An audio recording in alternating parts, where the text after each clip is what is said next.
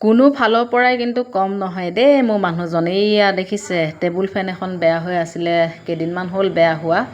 তাৰপাছতে কৈছে আজি বোলে খুলি চাওঁ ৰচোন কিনো বেয়া হৈ আছে।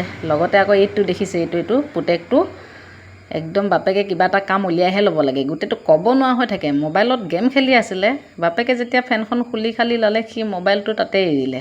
মোবাইল এৰি মানে বাপেকৰ লগত সহায় কৰি দিয়াত লাগি গ'ল। অ' পাপা ইটো আনোনে, অ' পাপা সিটো আনোনে, দৌৰা দৌৰি কৰি বস্তু যোগাৰ দি থাকে। তাৰপাছতে সেয়া বাপেকে ফেনখন খুলি লৈছে। মানে ফেনখন কি হয় চলি থাকে আৰু নিজে নিজে অফ হৈ যায়।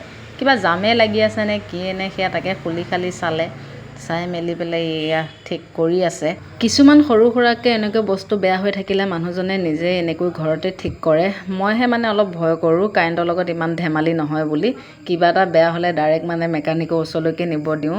আৰু এই সৰু সুৰা বস্তু কিছুমান বেয়া হ'লে তেওঁ নিজেই ঠিক কৰি দিয়ে। আৰু এইটো উৎপাতটো দেখিছে, এতিয়া মানে এই ফেনখন ভাল নোহোৱালৈকে সি এইখিনিতে ৰখিল আৰু ক'তো লৰচৰ নহয় মানে, এতিয়া বাপেকৰ লগতেই থাকিব আৰু।